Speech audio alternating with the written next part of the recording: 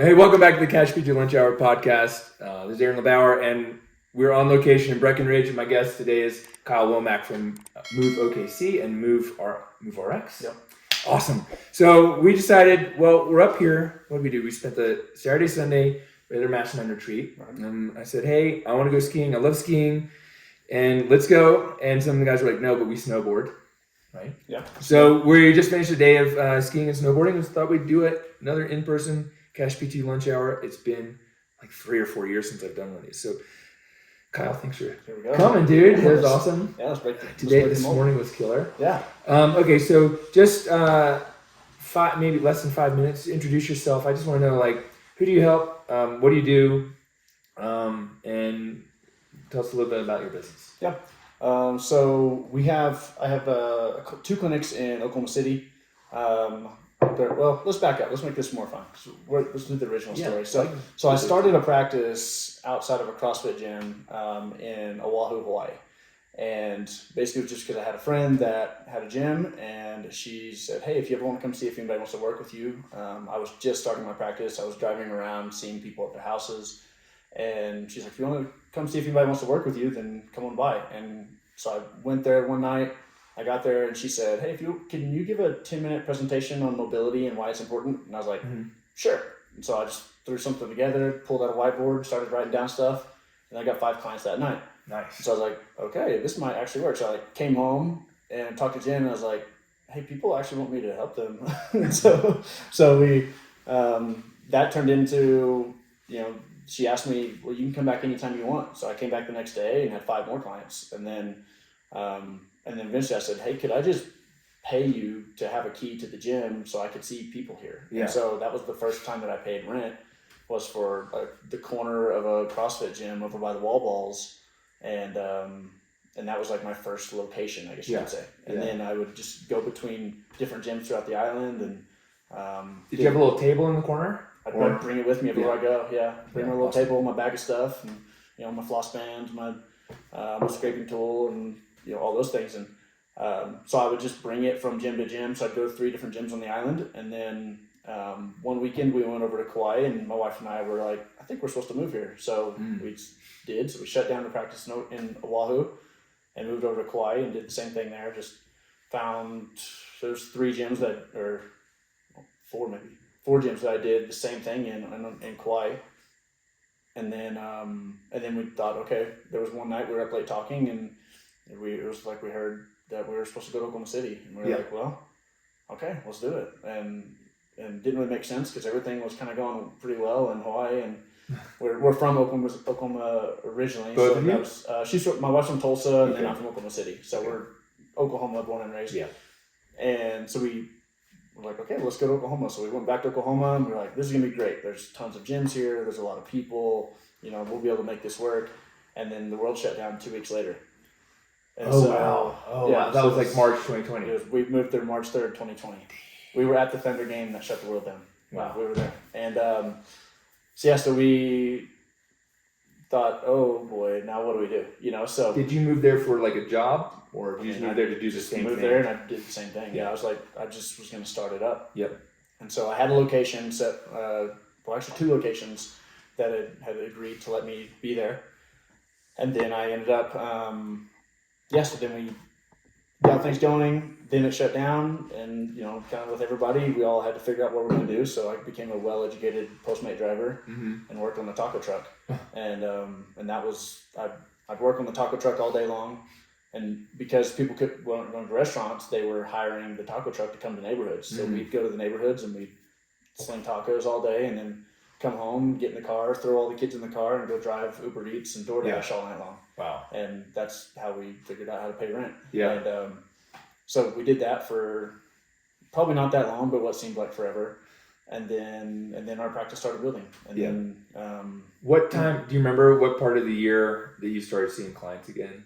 Like, was it like the summer before you started seeing clients, or I'd probably say like May? Yeah. Probably around May is whenever we started. At least like it became a little more okay to kind of have people coming in and out. Right. That's when gyms kind of started opening up a little bit more in Oklahoma City, and then I was able to do some workshops, and some of the local competitions kind of started popping up, and that's kind of our main the main thing we do is at least for marketing is we go and we do free workshops at gyms, and we also will set up at every CrossFit fitness competition within an hour's drive. Like we're there, even some beyond that, but that's what we did. So every weekend we were doing something. Yeah, awesome.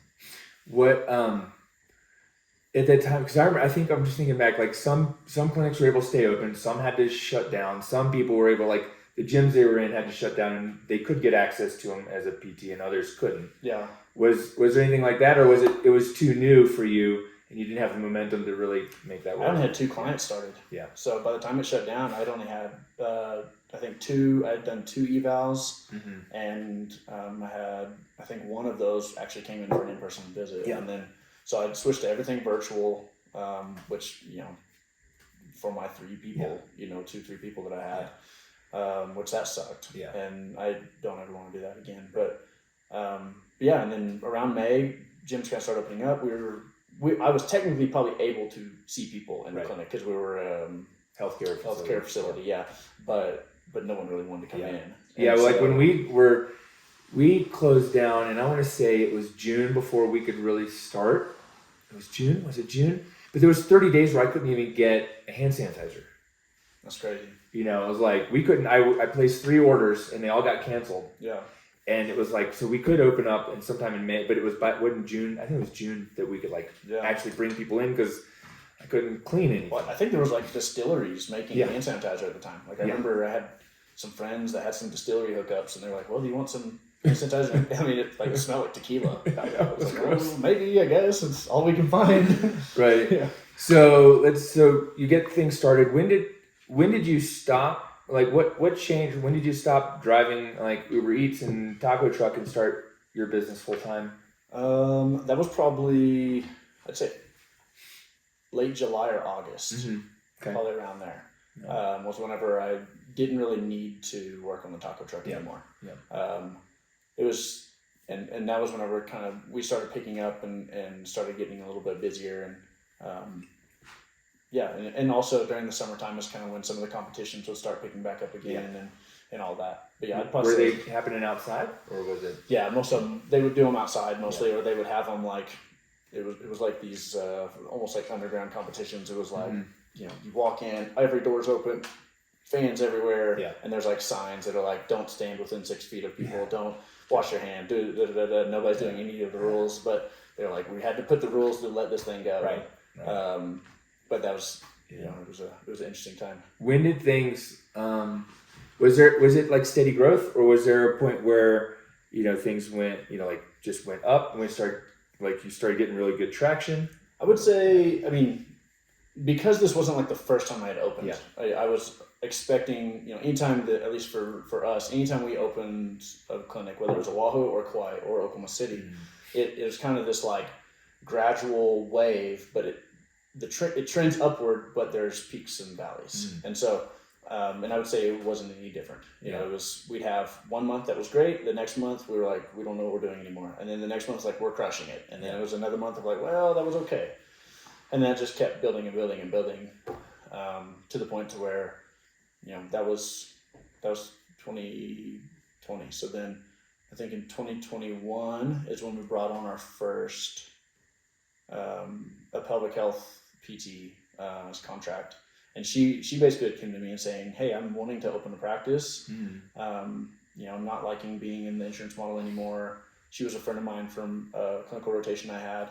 And I was like, well, if you want, like you can work as a contractor for me while you build up your business. And so she stayed with me for a while, like a year and a half, I think. Nice. And then she got to where her business was, where she could go on her own. And I was like, hey, we knew this day was coming. I'm proud of you. Good job. So then she's doing full time with her business now. Oh, nice. And then now, like, currently I have 2 full time clinicians in Oklahoma City, and they're just crushing it. Yeah, they're awesome. Awesome. And then so let's say 2023 right now. So 2023 now. Yeah. It's been a blur. 2022. So last year we started working together like April. I think it was April. Yeah. April. What problem were you encountering last spring, when you were like, all right, I need to do something different? Yeah. So in April, well, let's back up 2 months from there.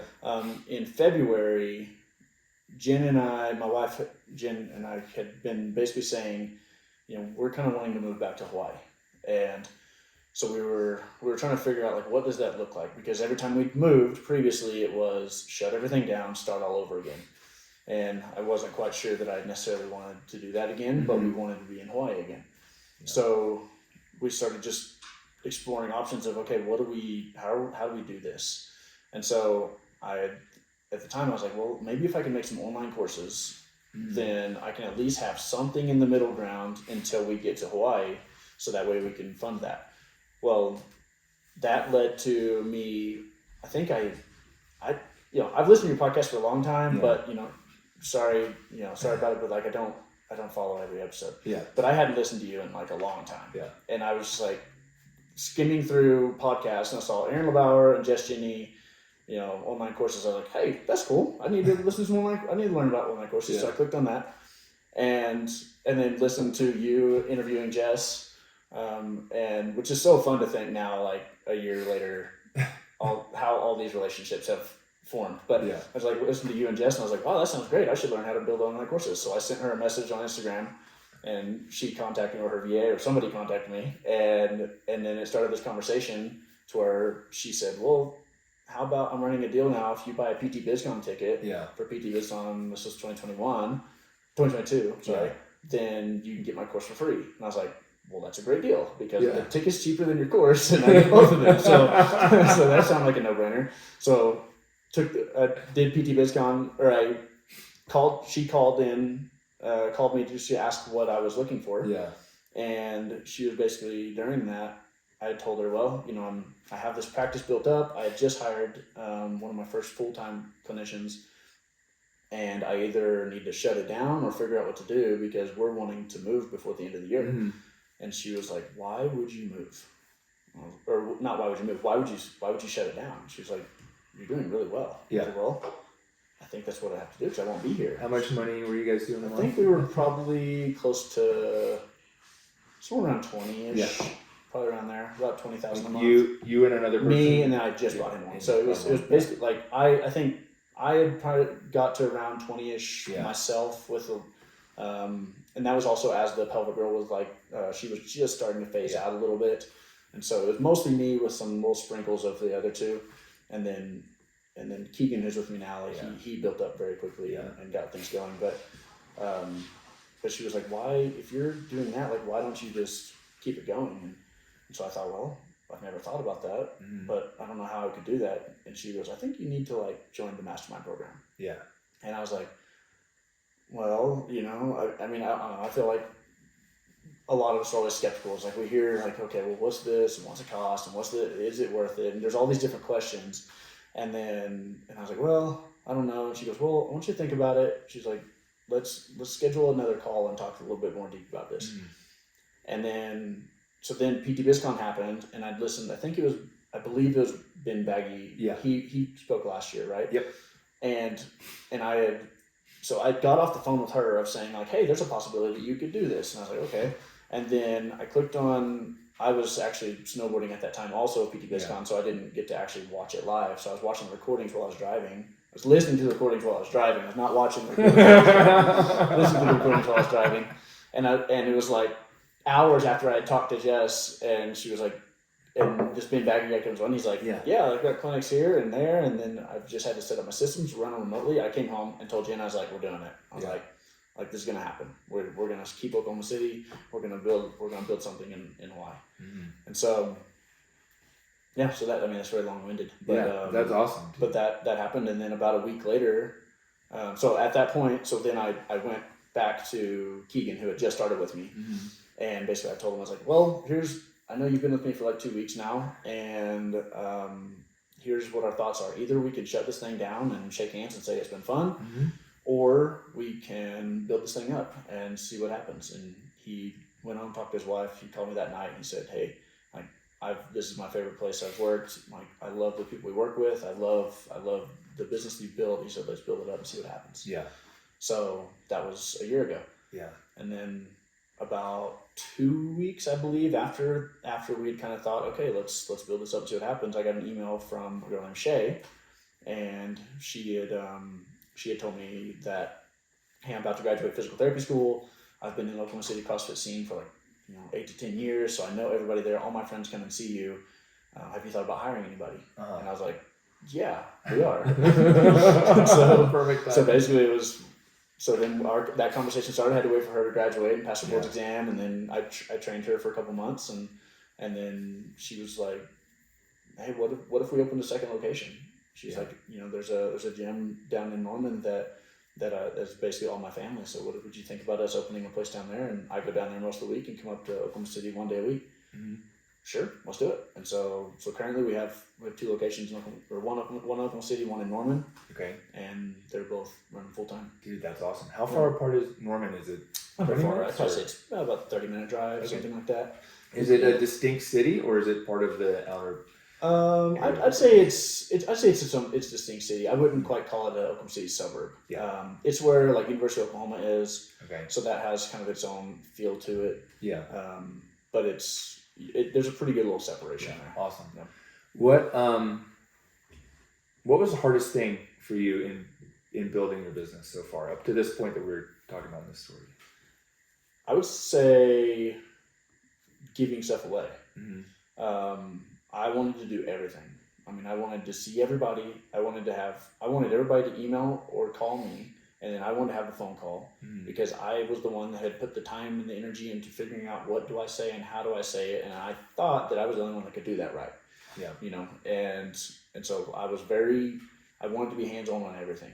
And I was still doing every social media post. I was still responding to every email, every phone call, all these things. And I also, have a wife and 3 kids that I like. And so it's there was just this struggle between I want to run a good business, but I also want to make sure I'm there for my family. Mm-hmm. And so I was always kind of at this trying to make sure I can get all my calls and everything done, and things were just falling through the cracks because I wasn't able to get to all of it. And and that's basically our first phone call. Yeah. Was whenever I was coming on to the mastermind, you had basically told me, you need to have somebody else doing these things. You don't need to be answering emails and phone calls. You focus on the thing you're good at, and let's delegate out the others. And so that's whenever we brought on Graham, who's basically our administrative staff, and she does phone calls and all those things way better than I could have dreamed. Yeah.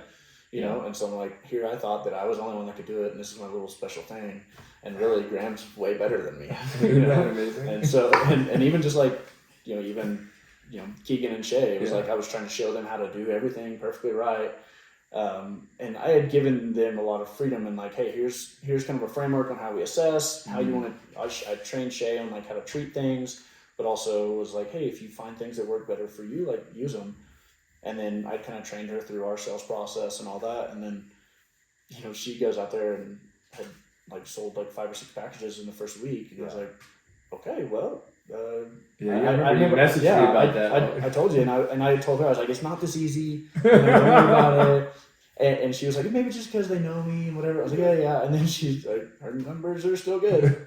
She's still crushing everything. And it's, I don't know, it's really fun. But I would definitely say the hardest thing is giving away the things when the business got to that point. Yeah. The hardest thing starting up business. So if I'm talking to somebody that's starting up a business, the hardest thing was the peaks and valleys of business. Mm-hmm. And especially when you come from, a traditional model where it's you're not getting paid very well, but you know what you're getting paid. Right. And it's okay, we can budget off of that. And my wife and I we're budgeting ninjas. We budget everything. And so we would know, okay, this is how much we're getting paid this month. Then we would just start reverse engineering how much we need, what do we need to do to pay our bills and eat and do fun stuff. Yeah. But whenever you have a month that's you finally start getting oh, we had a $10,000 month, we're doing something, and then it's $3,000. Yeah. Oh, and then it's 12, and then 6. And it's it's an emotional roller budget? It is. Right? It is. You don't know are we actually doing things right? Are we not? Yeah. Are we are we gonna starve? But you just stick with it, and then those peaks and valleys still happen.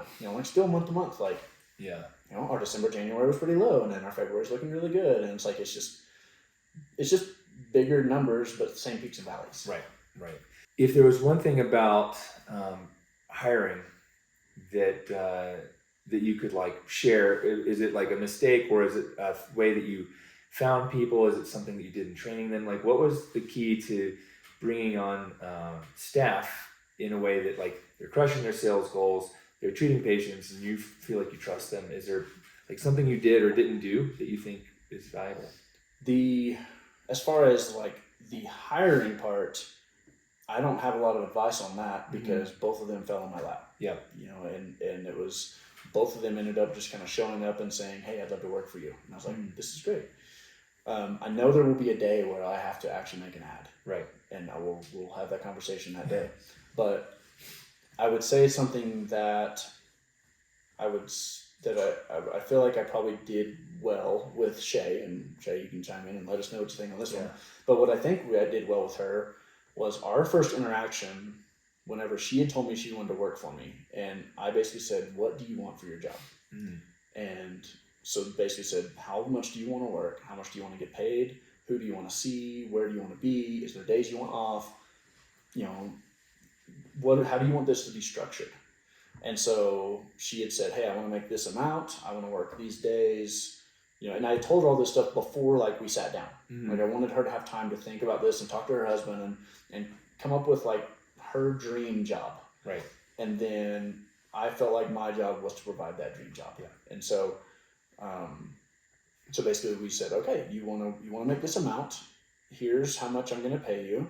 Here, you say you want to work this many hours. Well, here's the number of people we need to see in those times for this amount. And basically we just did math. Yeah. And said, okay, well, if you want to make that amount, you need to see this many people a week. Okay, well, let's divvy those up between the 4 days that you want to work. And then once you have that full schedule, you're on track to making that amount. Did that math work out the first time? Yeah. Yeah. Yeah. It worked out. I mean, of course, it took a little bit to kind of build her schedule up. I mean, she's an animal. Like she's so good at marketing herself and everything too. But yeah, it ended up being, I think she had maybe like just a little bit for the beginning part, kind of overshot what she wanted to make. You know, which is fair, and I would suggest somebody do that. But we had conversations about, hey, for these first 3 or 4 months, it's probably not going to look like you're making that amount. Right. But I was like, give it just a couple months, and then right now she's well on track for that. Yeah, that's awesome. Probably way over where she wanted. Yeah. Are you doing salary plus bonus, or all commission?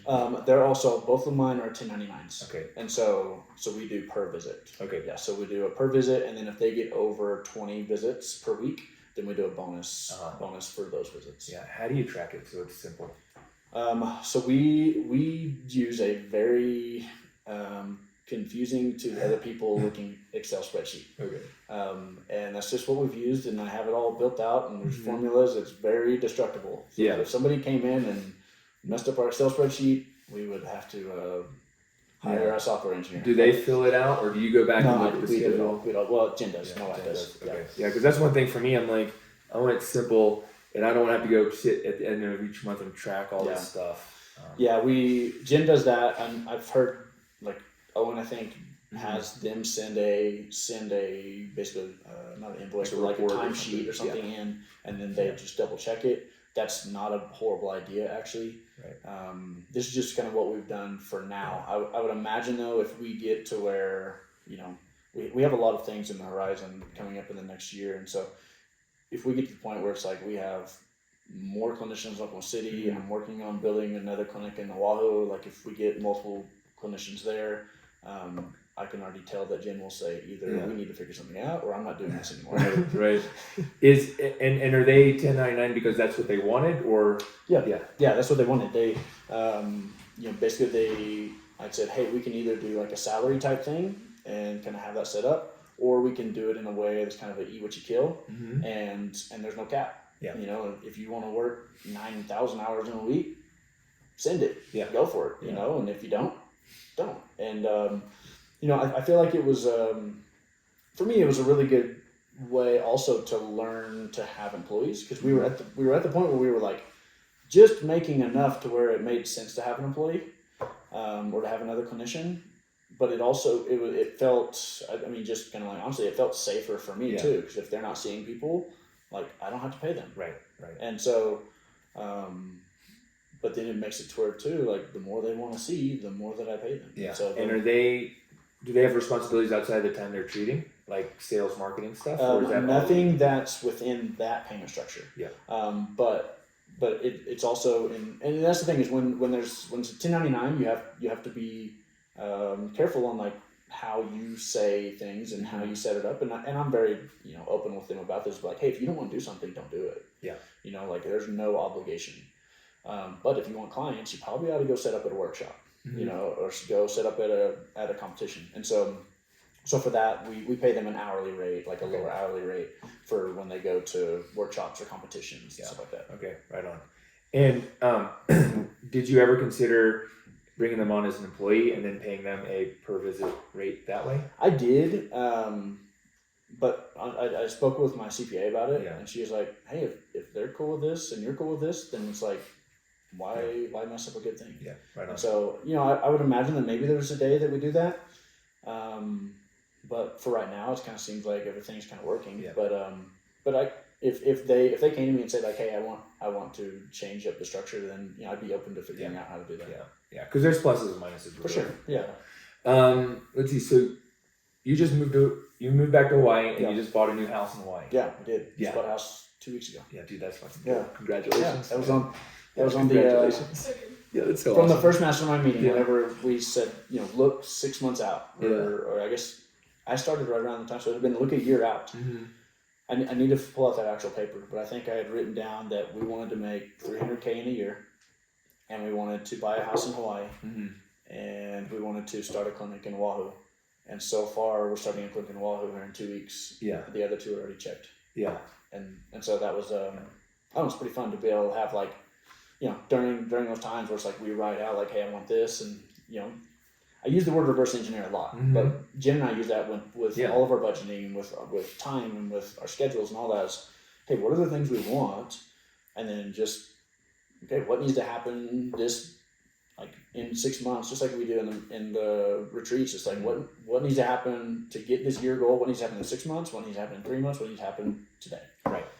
So, yeah, because if you try to do it from the front, or is it like front engineering? Yeah. You're like, I got to do all these things, but you don't know where you want to go, and you don't have I think it feels really difficult, doesn't it? Or impossible. Yeah, it does, and even down to the to the little small things like, why do I wake up at 5 a.m., do breath training, write in a journal, and read a book? Well, because if I do that enough times, that will get me to the next goal. My mentality and my ability to handle stress becomes better because I've practiced stressful breath training and stuff. All those little small things, it's like, why would I wake up when we lived in Oklahoma? Like, why would I wake up at 5 a.m. and jump in a 30-degree water when it's 28 degrees outside? It's like, that sounds psychotic, but I would do it, and I would become more mentally tough, and then I would be able to handle bigger decisions and better things. Yeah, it's just all those little things build up to big things. Yeah, that's awesome. Yeah.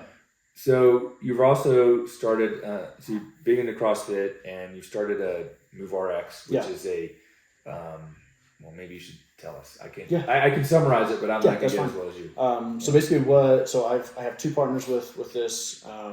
It started what I thought was going to be something, we started having these conversations probably 6-7 months ago, and then now it's completely shifted into a whole different thing. But what's going to be now is basically we're going to be teaching CrossFit affiliates and their coaches how to assess movement in a very simple way. Yep. And then we provide a built for you movement progression based on what they find in the assessment. Yeah. And so we'll have very easy like assessment things. We'll have trainings on how to do the assessment, what you're looking for, and then to train people how to scale the exercises based on what that'll be an aspect of it. Not the version 1 won't be. Okay. That'll be version 2 or 3. Okay. We kind of have up to version 10 kind of almost thought out.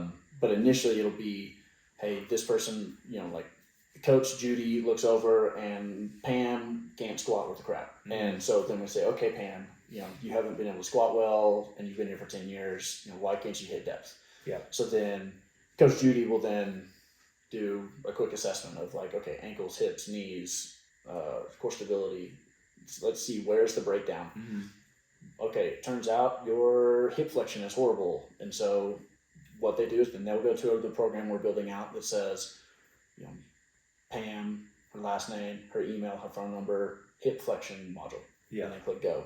And then it will be, and then that will automate a sequence of texts and emails to the athlete to give them 2 or 3 things to work on throughout the week, on the morning that they need to do this, do those exercises. Yeah. And it's basically all built for you, all white labeled under the gym's branding and logos and all that. And so, so that way the gym can provide a very professional solution to a complex problem without having to go through a ton of extra training and send their coaches to all these courses to learn how to do all these things. Well, we've boiled it down into simple steps, and we have a very complex stuff built out, but it looks very simple. Yeah. And then all they got to do is put in their name, email, phone number, the thing, and then it looks like they're the hot shot of the city because the Coda CrossFit's hip flexion module, and then day 1, and it gets sent to her. It says, hey, Coach Judy said that you need, this is Coach Judy, here's the thing I want you to work on. And does the athlete work on that before the class, or do they work on their own time? Varies. Yeah, varies. Some of them will be before class, some will be post workout, some will be on their own. Yeah. And it's gonna be simple. It'll be like 2 or 3 things, 3 times a week. Got it. So it's more of like the app helps the coach identify which correctives to kind of give them based on the parameters you guys have put in. Right. And then later on, it's if that person continues to need scaling, then that's the next level. For sure. Yeah. Because I've seen only the scaling, but not in a systemized way. Yeah. And not in a way to actually fix anything. Yeah. You know, there's like, hey, we're gonna only squat to a box. We're gonna only squat to a med ball, or we're only gonna do this. And it's like, we're putting handcuffs on them, but we're not letting them figure out then what to do. Yeah. You know, to solve the problem. So this will help solve the problem. Yeah, that's awesome. And there'll be checks and balances for if, throughout. So they'll reassess in 2 weeks. Yeah. If things aren't getting better or it got worse, okay, we're gonna have a referral system for the local practitioner in their area for either the PT or chiro. Yeah. Well, the clinic that actually knows what they're doing. And actually touches barbells. Dude, that's dope. Yeah. What else is on the horizon? So there's that. There's going to be opening a clinic in Oahu. Probably when we get back here in 2 weeks. Mm-hmm. So that'll be happening. It's kind of big one. You're doing online courses yet? No.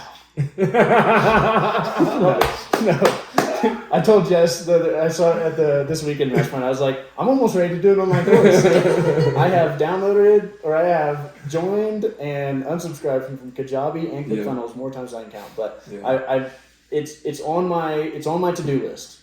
I have it on there, but there's been other things that. But it's not going to move the needle yet. Yeah, maybe, I don't know. I don't know if it'll move the needle, but it seems like I have other things that will be moving the needle faster. Yeah. Well, definitely do it. But I think the lesson is that you had an opportunity in front of you, and what you were looking at was something else to solve it. But you're sitting on the thing, and you didn't even see it. Exactly. And then the MØVRx came just based on that, and it sounds like there was a problem you identified, and it's like, hey, how do we solve that solution? You already had the relationships and people to just start pulling in resources, help, partners, and for sure. Things like that. Yeah, it was. And basically that all started off because there was a gym owner, a CrossFit affiliate owner in Oklahoma City that I had really good rapport with. I've worked with his wife. I've worked with almost every coach that they have. Yeah. I feel like every week I get a referral from him. And they're an amazing gym. And he had said, hey, there's nothing like this on the market. Like, could you build something out like this? And I was like, yeah, I could build that. And then that turned into a way more complex. Wow, that's dope. Yeah, it'll be fun to see how it goes. Yeah. All the videos done. We should have the beta product in the next couple weeks. Dude, I'm excited to see it. Yeah. You're speaking at PT BizCon this year. Yeah. So I'm excited for that. Yeah, so it'll be fun. If you're watching and listening and you want to come hear more about what Kyle's doing, make sure you go to ptbizcon.com. Get a ticket, but it's in Charlotte, North Carolina, which is quite a ways from Hawaii, so thank you for coming. Yeah. The trip. But people have been like, oh, I don't know, I live in Phoenix. I'm like, well, I got 2 people coming from Hawaii. Yeah, exactly. Exactly. So, if we can do it, you can do it. If someone wants to connect with you, where can they find you? Probably Instagram is normally the best way. Kyle Womack PT. It's going to be my personal one, and then MØVRx, MØV Oahu, MØVRx. We got all the things. But Kyle Womack PTOB if you want to get hold of me. Awesome, dude. Thank you so much. Thanks, This was great. Yeah, thanks for joining us on the Cash PT Lunch Hour podcast. Make sure you grab your ticket to PT BizCon. If you're listening to this later, go check it out because PT BizCon might be coming up again. But otherwise, message me, message Kyle. Let us know what was most helpful for you about this, and we'll see you on the next show. Peace. Thanks, guys.